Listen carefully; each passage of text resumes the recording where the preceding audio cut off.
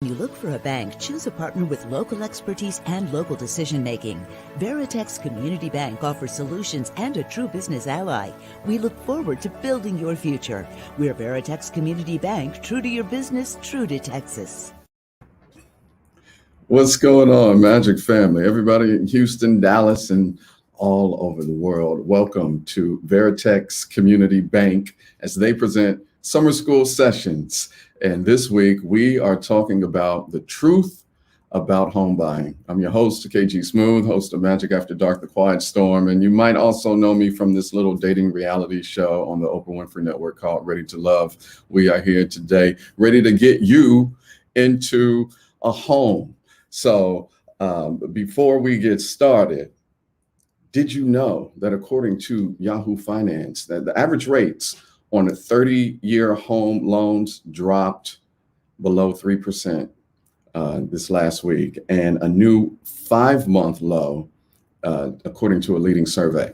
Now, the average interest rate, on what they say is America's favorite home loan, the 30-year fixed mortgage rate, dipped last week from 2.90% to 2.88% mortgage giant, according to the mortgage giant, Freddie Mac, which reported on last Thursday. And to help us with all of that, we have got another group of very intellectual and knowledgeable people. Welcoming from Veritex Community Bank, Charles Woodward, who handles mortgage, is Veritex Community Bank NMSL number 311834. Welcome to Summer School Sessions. Thank you, sir.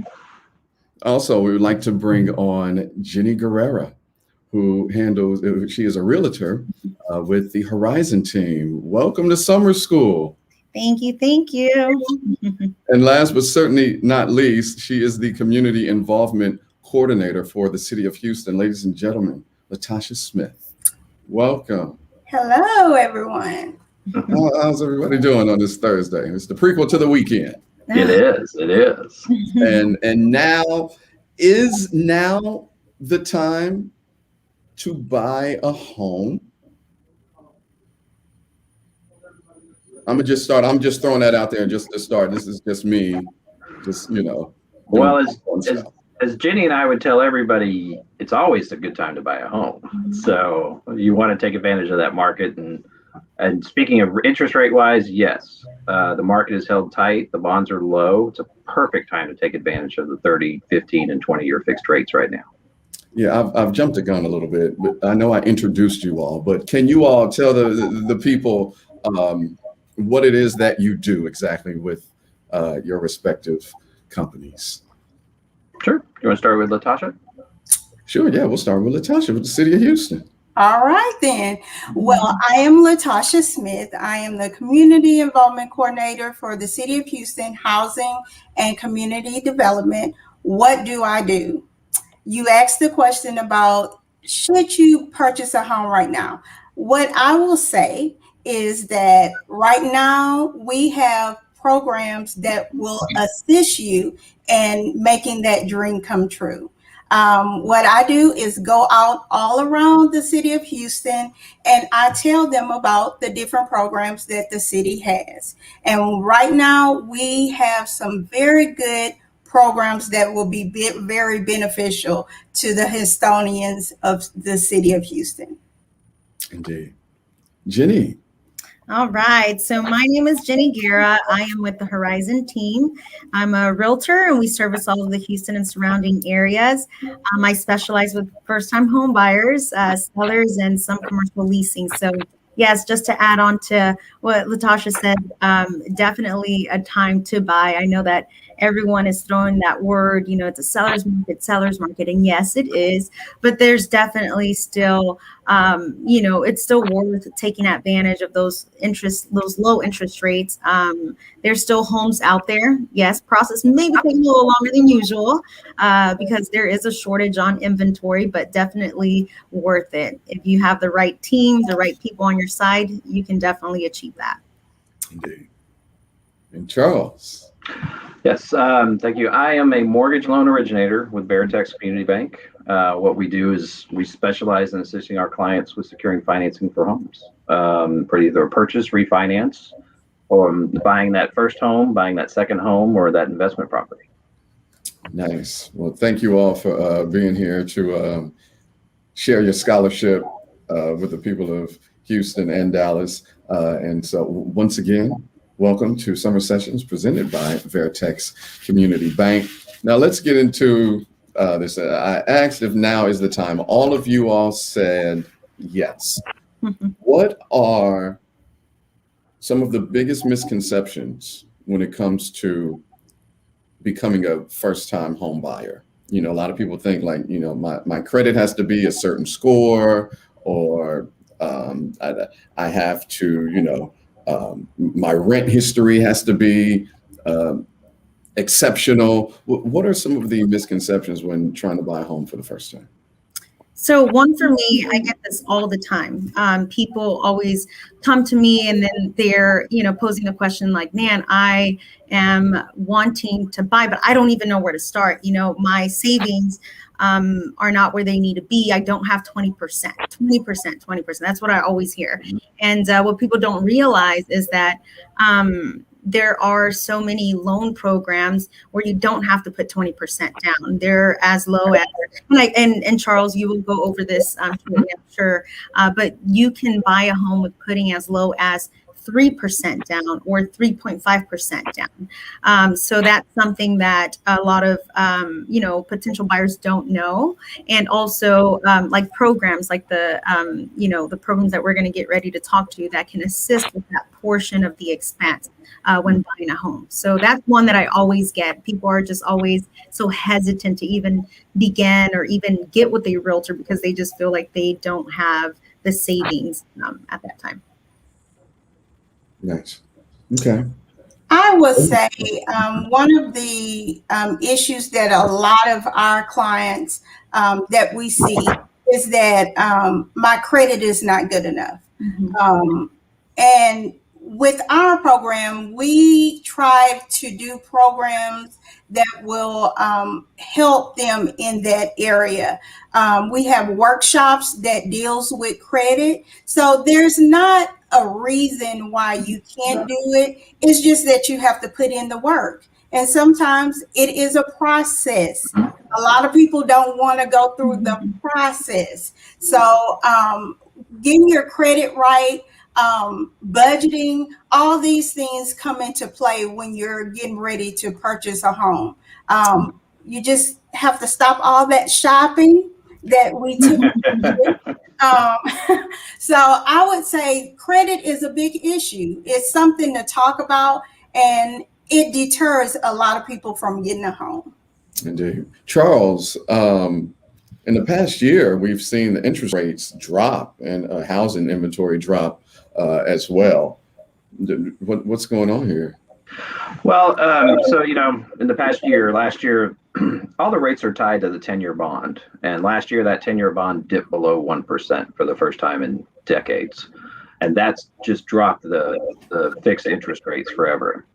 But then Fannie Mae and Freddie Mac, who securitize those mortgages, what they did is they put in a little pricing adjustment of 0.5% in the price of the mortgage. And that kind of held them a little higher. That percentage has now been removed. So if you're looking at refinancing today, you're going to see those rates very similar than when you were seeing last year, even though the bond market's a little bit higher than it was last year. So we are seeing individuals look at who may have bought a home in the last 3-4 years, come back to us and say, you know what, I didn't put down 20%, but with a lack of inventory, prices have gone up a little bit. I can actually refinance, lower my rate, and actually remove that private mortgage insurance if they have that on their loan. I'm working on a few of those right now. So rates are actually at a wonderful point right now, and that 15-year is really aggressive right now. Yeah. Jenny, what is it that you can share with people who would want to purchase a home in this current climate? So I would definitely say jump on this, take advantage of these low interest rates. Like I said before, there is a shortage on inventory, which is creating this seller's market that we, continue to talk about. So just be patient. Like I said, the process will take a little longer. There's not that many homes to choose from right now. But I will say that it's definitely a great time since the interest rates are so much lower. Your purchasing power is a lot higher, so you can get more of a house, right now. So definitely jump on that. Another thing that I would say about, trying to buy, if you're considering buying sometime sooner, or you're in the buying process currently, just make sure to set aside a good amount of savings because since there is so much competition right now between buyers, sellers do have the upper hand and they're not offering to pay or contribute towards some of the expenses that they usually do. The awesome thing is that obviously when you're buying a house, you have multiple expenses, but two of the main ones are your down payment and your closing costs. So since, we right now buyers are having to pay those closing costs out of pocket, we can take advantage of some of these down payment assistance programs that we're going to talk about later that can help relieve the down payment portion of it. So that'll help kind of keep some money in the pocket for these buyers that are currently in this market. So let's switch it to you, Latasha. Talk about the programs that the City of Houston is offering and what other city programs may be available. I know that you all have two programs to assist home buyers with the cities, the Homebuyers Assistance Program and the Harvey Home Buying Assistance Program. Can you talk about those? I definitely can. Like you stated, we have two particular programs. The city offers up to $30,000 to income qualified Houstonians who are first-time home buyers, or they have not had a home in the last 3 years, or they're replacing a home that was damaged in Hurricane Harvey. So with these two particular programs, they have different requirements. Some of the requirements are the same, but the obvious between the two is that the second one is Harvey related. That is one of the requirements. You had to be living in the city during that particular time. You had to be living in Houston on August 25th, 2017. Your address had to be in the city limits. Just to tell you some more requirements for the program, of course, you must be a U.S. citizen or permanent resident. Like I stated before, if you're going to apply for the Harvey Home Buyers Assistance Program, you have to be living out here. You must attend an 8-hour home buyers educational course. You must be able to obtain a fixed rate mortgage from a lender of your choice. And also income qualified. So that means that your household income must be at or below 120% area median income. So with that said, break that down because that's tech talk. A lot of people like you break that in layman's terms for us. Okay. With that said, meaning the first program, let me just go ahead and break it down for you. The first program is based on income that it has to be at or below 80%, meaning that if you are a family of 4 and you decide that you didn't live in Houston during the time of Harvey and you wanted to participate in the program, you would qualify for the first program, which is at 80%, meaning that if you are a family of 4, you cannot make over The 4 people in your home, they can be kids, adults, they cannot make over altogether $63,000. Okay. So And that's including or excluding what the household, the head of household would make. that's including everyone. So that's everybody. Yeah. But if you were out here doing Harvey, it goes up to 120%. So if you have 4 people in your home and you were here doing Harvey, you check that qualification, it goes up to 4 people, income can be up to $83,000. So you see the big change. The program, most people right now do not qualify for our first program because of income. But the second program, if they were living in the city doing Harvey and they meet that particular, the 120, they can apply for our program. Okay. I'm gonna go to the comments here. We got some questions popping up. They are totally engaged. What if you have the right credit score, the 3.5% to put down, but you've only been on your job 1 year and 7 months? Can you help? I guess that comes to me for underwriting purposes. So yes, if the following would apply. If you're a W-2 employee, not self-employed, if you're 1099 or self-employed, you need 2 years of tax returns that are filed.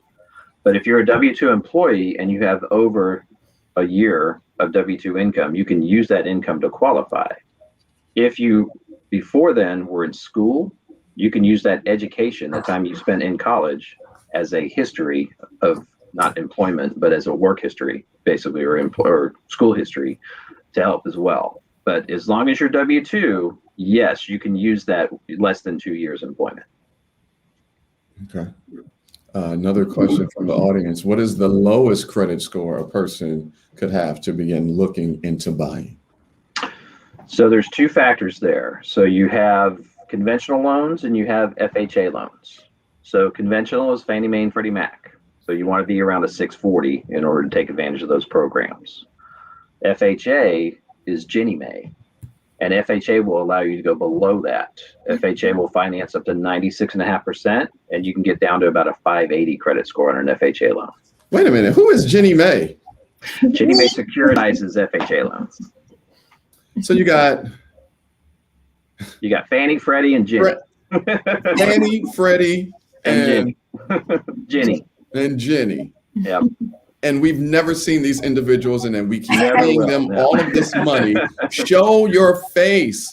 They're the Fannie and yep. the other one. No, it's I'm just being funny, but yeah, it's just like, yo, I'm paying my money to all of you people. You want all of my money. I don't even know who you are.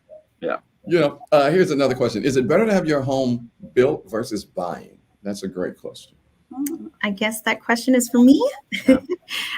So honestly, it just depends on preference. Some people, they want to move in a new home with all new appliances, new everything. But right now, in this market, I've noticed that there's a little more competition when it comes to resale homes or used homes, because you are competing against all these other offers. I feel like for each home, you get a minimum of like 5 offers. So the competition is a lot higher. Whereas if you were to go to the new construction, so you would just go to the builder, and once you find a home that you like, y'all write up the write up the contract.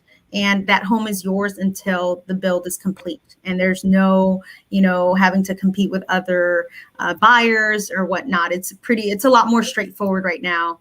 And another advantage right now that I've been noticing with my buyers is that with builders, some of them are still offering incentives. So they are offering to give you a certain amount of money towards your closing cost or whatnot. Whereas right now with resale homes, again, you have, 10 people competing for the same house. So, the seller doesn't have to give or contribute towards any expenses or anything. So that's what I've been noticing right now. If you want more of a stress-free process, then you would probably go with the U-Construction. Indeed. Back to these payment assistant programs. That's probably why we need a really good team, a realtor like yourself, Jenny, to know about these programs that are available to the people, and a good realtor. He can referral you. What say you on that? Who should they go to?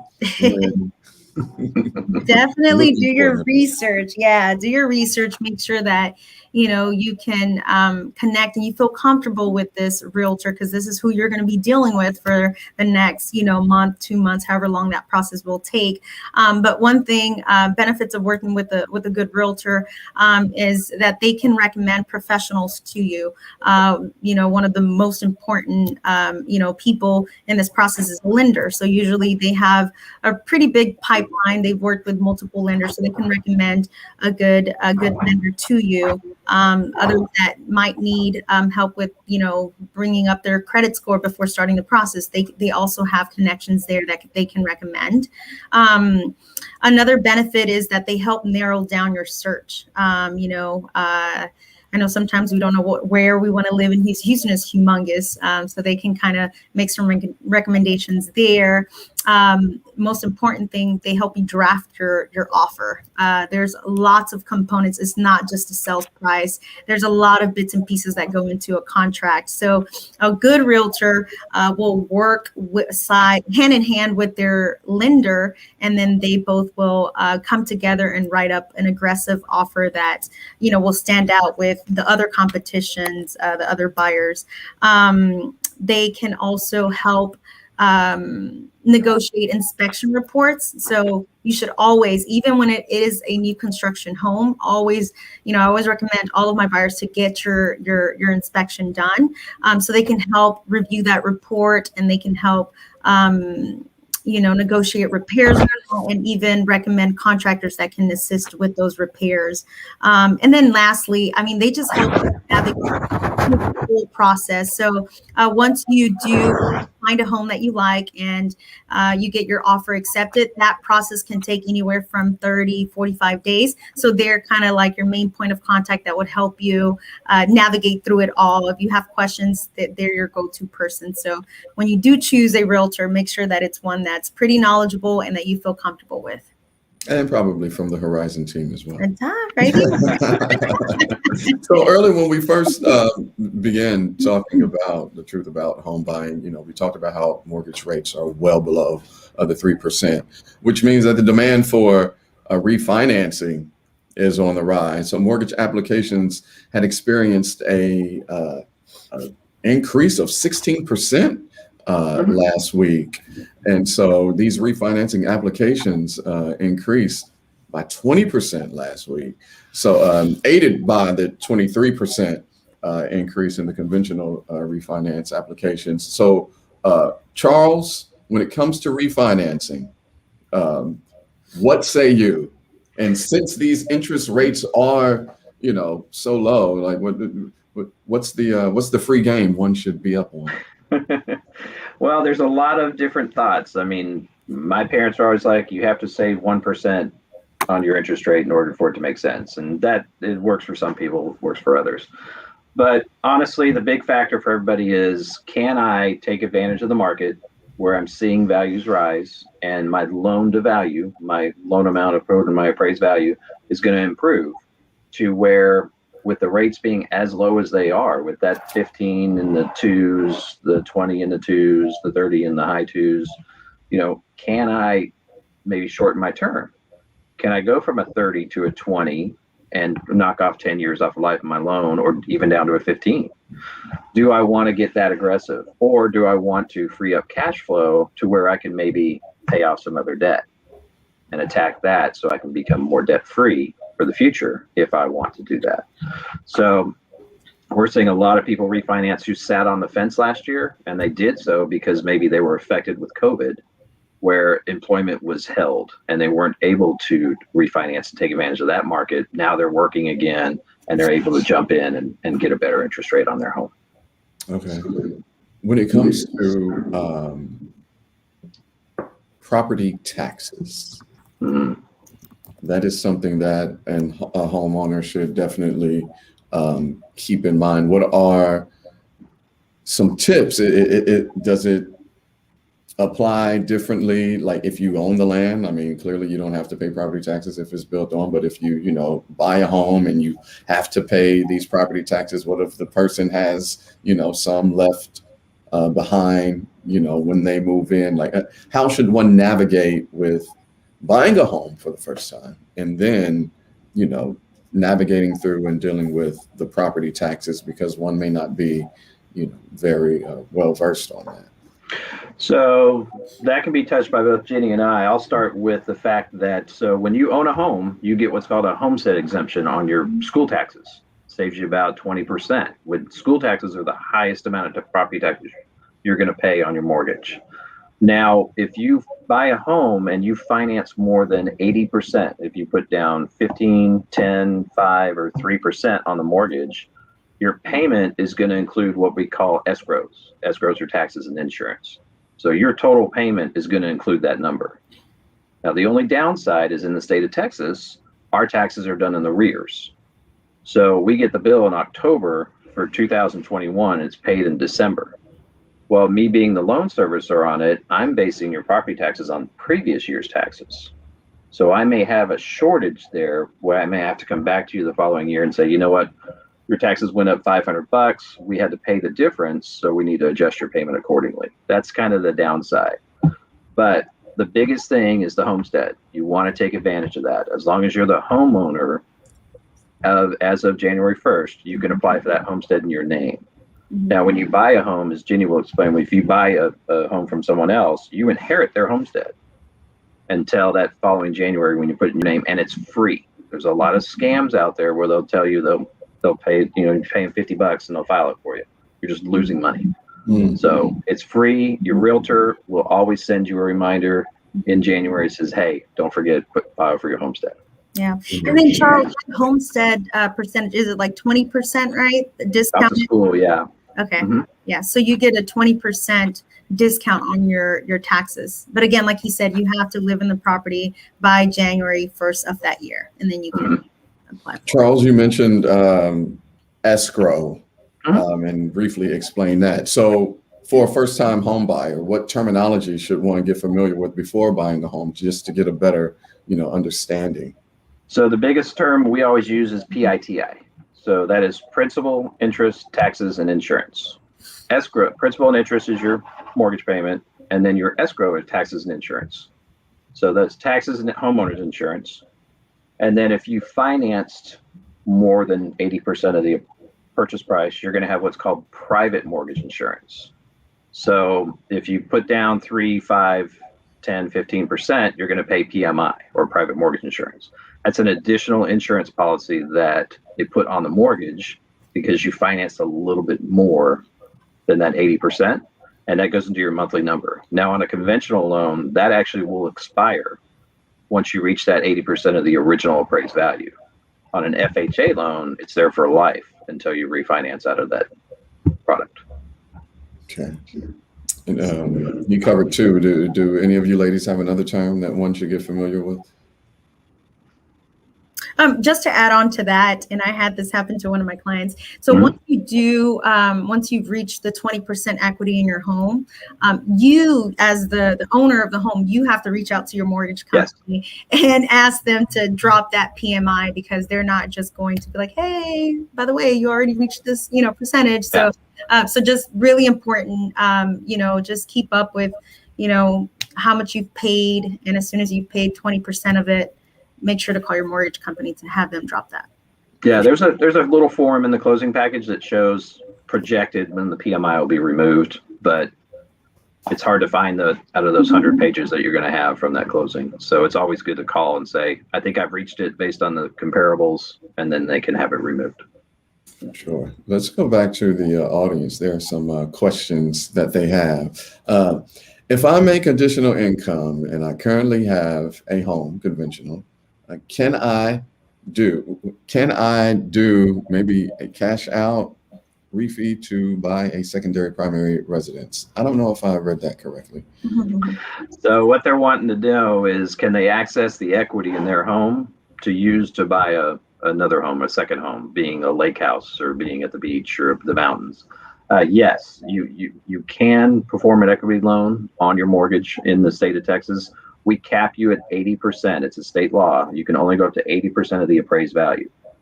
And that includes your existing lien. And then anything above and beyond that, you can get that money back as a cash out or equity refinance. You can do that two ways. You can do that in the first lien position, and you take out your existing lien, refinance, and you get money back. Or you can take out what's called a home equity line of credit in second lien position. And that's just a secondary product that they do there. Gotcha. Another question: Would builders offering incentives? Yes, it just depends. There's some, like I said, that are still offering incentives, so they're still giving you money towards your closing cost. Even sometimes, they'll throw in a washer, dryer, fridge. You don't see it as often, but there's still some that are still doing it. That would be nice. Yeah, but some are not. Again, because we are in a seller's market, so they know that people who are having a tough time buying a resale home are going to new construction, so they don't have to do much to get your business. So they're not offering as much. Mm. Are there any programs for teachers? I would say there's not particular programs that focus just on teachers. However, all these programs, it doesn't have any, everyone can apply for these programs, especially with the city of Houston. And I would also say, even if you're not in the city limits of Houston, if your area that you're living in, check and do your research and see, they may have their own particular program. Just like some people come and they want the city, but they live in Harris County. Harris County have their own particular program. Mm-hmm. It may not be as much as the city. However, they do have their own. If you live in like Baytown have their own. They have like 5,000 versus our 30,000, but every little bit counts. That's money that does not have to come out of your pocket. So do your research. It may be programs out there specifically for teachers, but as it's of what I know of, anyone can apply for these particular programs and get the same amount. Real quick, are there classes available to learn, the first time home buying process, like what to expect, things that one should know, etc.? I'm glad you asked that question. Actually, we have with the city, like I stated earlier, I do outreach. So we go around and we hear people talking about, the different complications that they have for home buyers. Maybe they don't know how to budget. We all go through it. But these are classes that we take on and do workshops about. Right now, currently, we have a workshop called Road 360 Road to Home Ownership. That consisted of 4 workshops in one series. We talked about credit, building your credit. What do you do about building the perfect team? Just like Jeannie stated, realtor is number one. That will be your best friend. And then we talked about when you do get in a home, what to expect after that.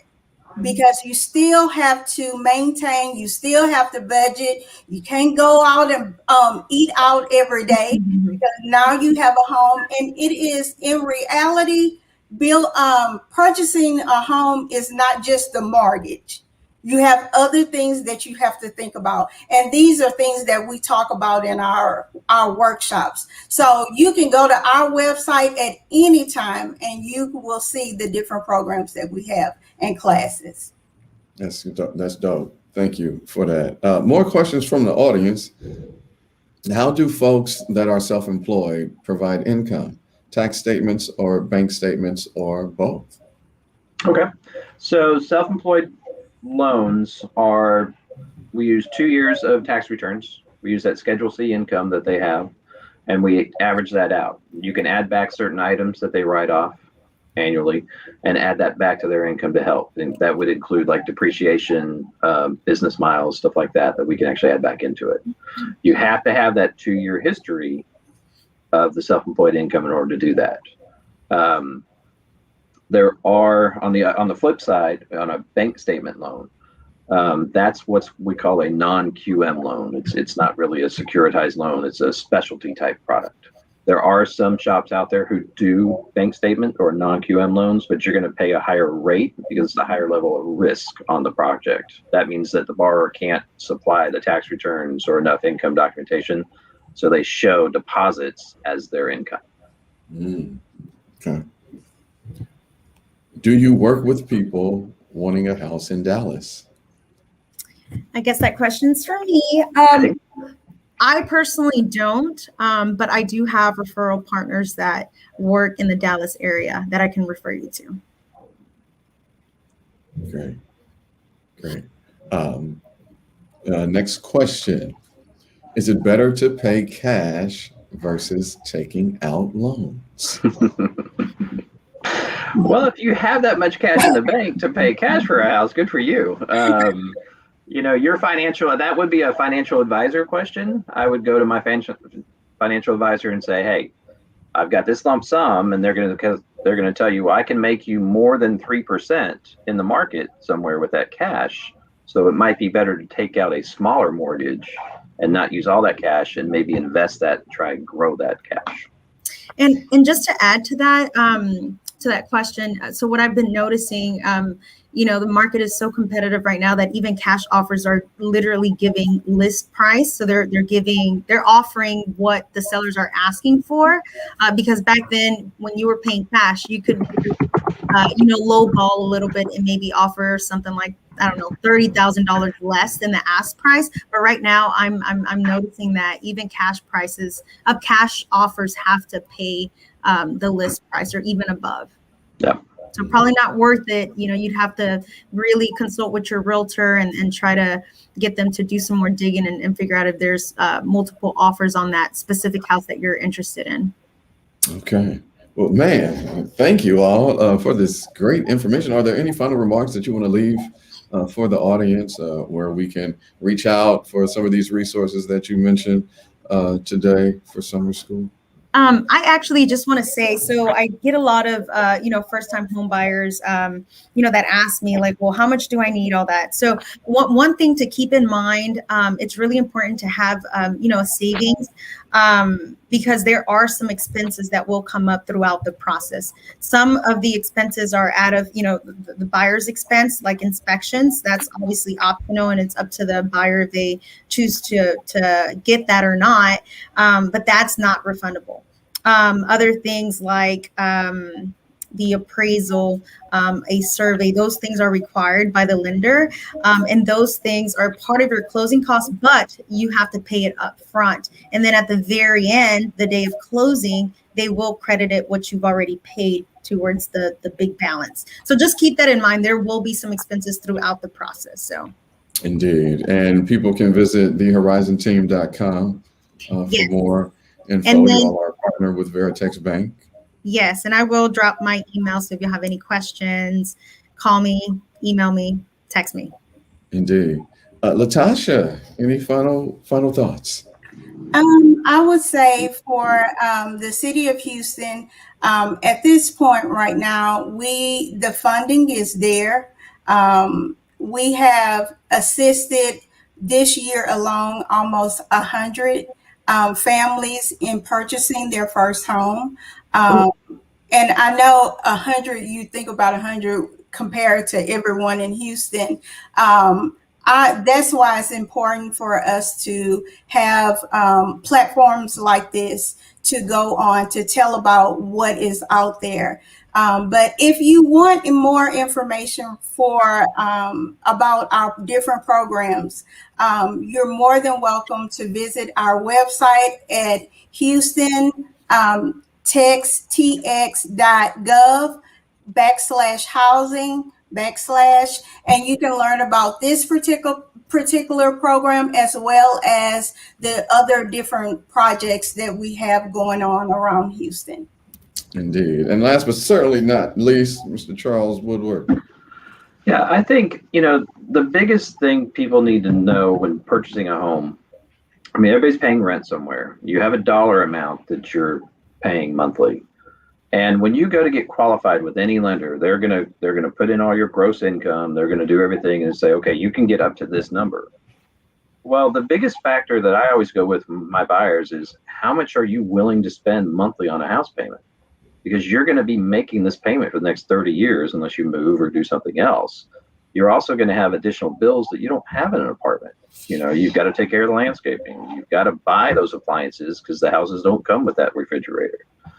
So make that sure that you've got a comfortable monthly number in mind that you're okay paying if you have a gap in employment for a little bit or something like that I can make this payment. That's the biggest thing that I always tell my first-time home buyers is make sure it's a comfortable number. That way you're not house poor. I mean, you're not just stuck in your house 7 days a week because you can't go out and do anything with your friends. And homeownership is so wonderful. It's a great thing. You can take advantage of the market, take advantage of the rates, find a good realtor like Jenny, take advantage of the home buyer down payment assistance programs. They're in every county. Just look it up and see. And it's a great opportunity to buy a home right now. Indeed. And I see some additional questions coming in to our Veritex Community Bank team. They're going to stick around in the comments and answer some of your questions. But Jenny, you wanted to talk about real quick the buying process. Yes. That's very important. Let's touch on that before we tap out.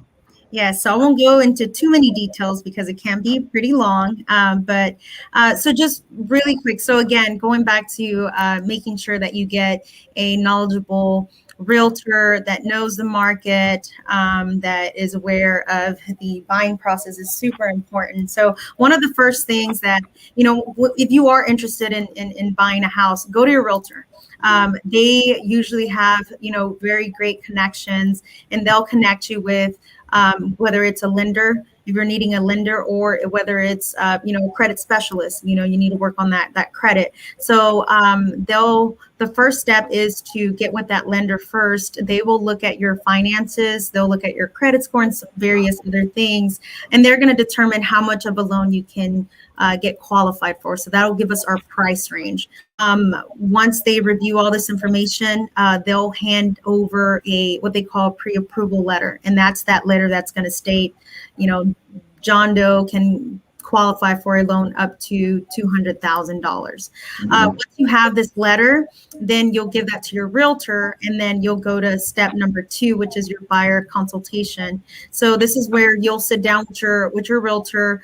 Y'all will discuss this. Y'all go through the buying process. That way, they're making their buyers aware of what to expect and kind of walking them through the steps. And then also y'all just discuss like a criteria, what exactly you're looking for, the location, price range, all of that. And then you can get started with the house hunting process. So basically we have access to the MLS. So we're constantly checking this every single day. We're religiously on HAR. So we'll start, sending you properties. You'll review them, and then we'll start viewing, having like the personal showings, and we'll show you the house, give you a tour of the inside. Once you find a house that you do like, then you'll go on to step number 4, which is making an offer. Like I said earlier, there's so many different components into this contract. So your agent should do their research, and then they will work with the lender, and they will write up an aggressive an offer that will hopefully win these bidding wars, and they'll game plan together and hopefully get that executed. Once you have that executed contract, you'll go on to step number 5. Now you are officially under contract. So again, this goes back to what I mentioned earlier. There's going to be expenses throughout this process. Really important. One of the first 2 expenses that you'll find is from the day that you execute your contract, meaning that both parties, the seller and the buyer, sign the contract. There's 2 expenses. There's number 1, what we call the earnest deposit. And again, that's just a deposit. It's typically 1% of what the sales price is. So in our example, if the house is $200,000, then your earnest deposit will be $2,000. So you'll write a check for that, and then you'll write a second check, which is for your option period. So basically this ranges, and it all depends on the seller. It ranges anywhere from $150 to $250. And basically you're telling the seller, hey, seller, here is $150 so that you can give me an option period, or give me the first 5 to 10 days after I sign this contract, so that I can get my inspections done. Or if I decide that I found another nicer home and I don't want your house anymore, or if it's because of the findings that I found on the inspection report, I don't want your house anymore, you're protected, and you have back out of the contract, and you will get your deposit back. So that's basically what the option period is used for. So the earnest money, that is something that is returned to you. It's credited back to what you owe at the very end. I was going to ask that. Yes, yes. So that deposit will be credited back to you at the very end. And so is the option period. It depends. Sometimes it can or cannot. If you go all the way through the process, usually it is credited back to you. So once you write those 2 checks, then you'll go into step number 6, which is inspections. So this is where your realtor should recommend some inspectors. They'll go out to the home, inspect the home. They'll tell you what condition of the home is. And then the next step, inspection, negotiation. So your realtor will review the report with you. They're obviously focusing on the major items like your foundation, roof, plumbing, the most expensive things. And then they'll help you negotiate. So you could either ask the seller to fix those repairs, or you can ask them to give you money towards those repairs. So they won't give you, if y'all do agree on getting money back for the repairs, it won't be a check. It won't be cash given to you right at the moment. What will happen is we'll create an amendment, and we'll agree on an amount. So we'll say, hey, look, here are these 10 items. Can you please contribute $1,000 towards these repairs? And so then what would happen is we'll write up that amendment, and then at the very end, the lender will credit that $1,000 from the amount owed at the end. So that's what happens during your option period. So you get your inspection done. So once we negotiate that, we agree on something, then you go on to the next step, which is number 8, ordering the appraisal. So that's something that the lender does. That is one of the expenses that's considered a closing cost. But they require you to pay it up front, and that will be credited back to you at the very end as well. That's really important. So that's when the lender sends an appraiser out to the home, and they just want to make sure that this house is actually worth the $200,000 that you offered, that you're willing to pay for this. So sometimes, hey, Jen, we're running out of time here. I'm being told that we got to wrap, but we have all of your information that people can reach out to you to go through this, because it's extensive. But if you want that home, It is. you will do what you got to do.